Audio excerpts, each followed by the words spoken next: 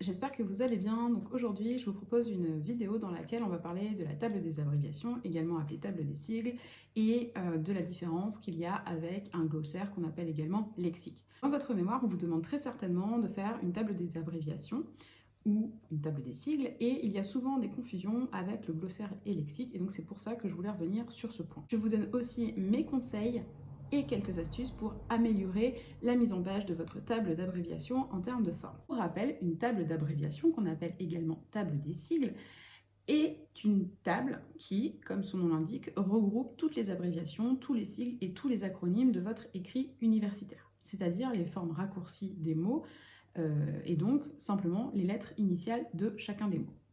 Cette liste des abréviations, elle ne doit pas être confondue avec le glossaire qui vous permet de donner une courte définition aux termes qui nécessitent d'être explicités pour un lecteur novice. Est-ce que la table des sigles, également appelée table des abréviations, est facultative ou obligatoire?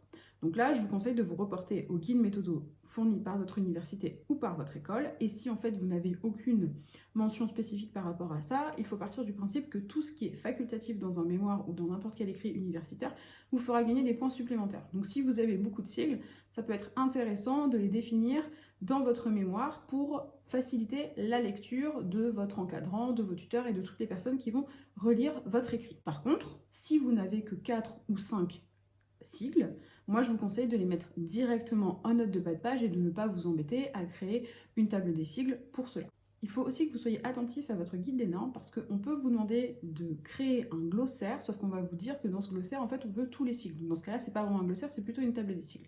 Et vous reprenez l'appellation donnée par votre université ou votre école. Où est-ce qu'on met la table des sigles? Normalement, c'est précisé dans votre guide méthodo. Si vous n'avez pas l'information, souvent ce qui est fait, c'est de la mettre au début de votre mémoire pour faciliter la lecture, donc c'est-à-dire juste après le sommaire, donc avant l'introduction, donc dans l'ordre général, vous avez la page de garde, les remerciements, le sommaire, la table des sigles et ensuite l'introduction. Et des fois, on va vous demander de rajouter la table des figures également aussi avant l'intro. Donc c'est là que vous pouvez la placer, sinon vous pouvez la placer aussi dans les annexes, et donc cette table des sigles, elle peut être la première de vos annexes. Moi personnellement, si rien n'est précisé, je vous conseille plutôt de la mettre au début de votre mémoire, parce que ça facilite grandement la lecture. Dans votre table des sigles, comme dans votre glossaire, surtout ce qu'il faut penser à faire, c'est de mettre les termes par ordre alphabétique. Ça c'est indispensable. Donc pensez bien à la fin à vérifier que vous avez bien mis les termes et qu'ils apparaissent par ordre alphabétique. Attention surtout, vous ne mettez pas de définition dans votre table des sigles. Si vous voulez mettre des définitions, celle-ci doit figurer dans ce qu'on appelle donc le lexique ou glossaire, ou sinon être définie directement en note de bas de page. Votre glossaire, si vous utilisez des sigles, n'écrivez pas les sigles, écrivez la forme complète. C'est-à-dire que si vous définissez l'OMS, vous ne mettez pas OMS deux points, vous mettez Organisation mondiale de la santé deux points et vous mettez c'est un organisme qui a été créé en 1948 et qui sert à blablabla. Blablabla. Donc maintenant, ce que je vous propose, c'est des cas pratiques. Donc c'est parti.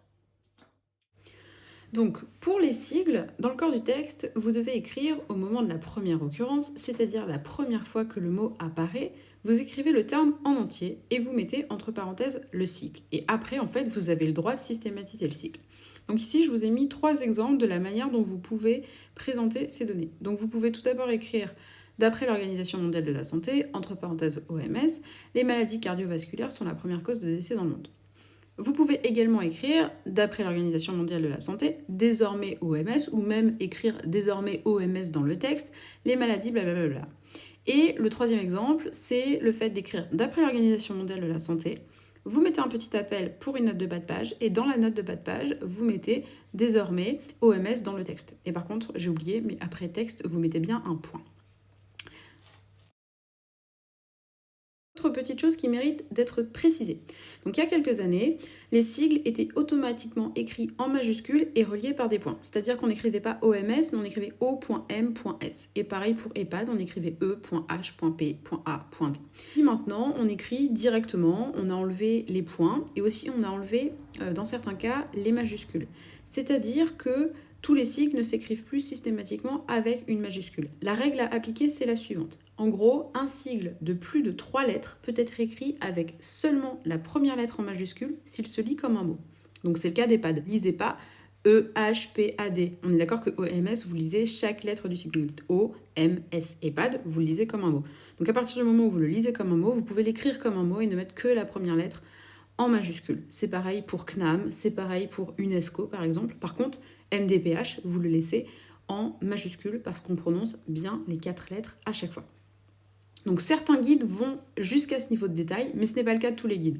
Donc si le guide méthodo de votre école ou de votre université ne précise rien par rapport à cela, ne vous prenez pas trop le chou et mettez tout en majuscule, même les sigles qui font plus de 3 lettres.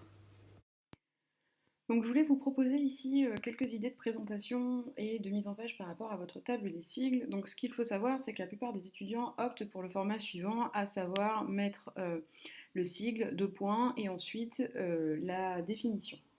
Donc, si vous optez pour ce genre de présentation, ce que vous pouvez aussi faire, c'est penser à mettre en gras le sigle pour qu'il se détache un petit peu plus du texte. Et dans ce cas-là, par contre, vous pensez bien à ne pas mettre les 2 points en gras, ou alors si vous mettez les 2 points en gras quelque part, il faut vérifier que les 2 points apparaissent bien en gras partout.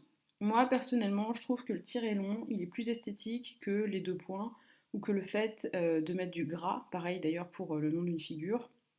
Et donc, moi, c'est ce que je propose, enfin, ce que je conseille aux étudiants de faire. Et donc, dans ce cas-là, pour le faire, vous faites tout simplement, vous écrivez ce que vous voulez là, vous faites un petit tiret normal, et à partir du moment où vous écrivez le mot d'après, le petit tiret se transforme en tiret long une fois que vous avez appuyé sur la touche espace pour le mot suivant. Donc voilà.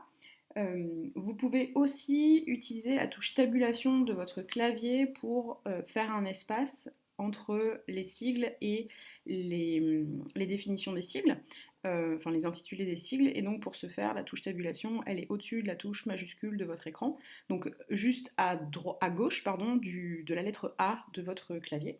Donc ça, c'est pas mal aussi. Et sinon, vous pouvez aussi le faire sous forme de tableau, comme ça. Donc c'est super joli. L'inconvénient, c'est qu'il faut ajouter des lignes à chaque fois que vous ajoutez un nouveau sigle, et donc dans ce cas, vous pouvez faire le tableau à la fin pour gagner du temps une fois que vous avez référencé toutes les définitions. Et dans ce cas-là, là vous voyez ce que j'ai fait, c'est que du coup j'ai enlevé la visibilité de certaines lignes et colonnes pour pas certains contours, pour qu'on ait cette impression que ça ne ressemble pas vraiment à un tableau.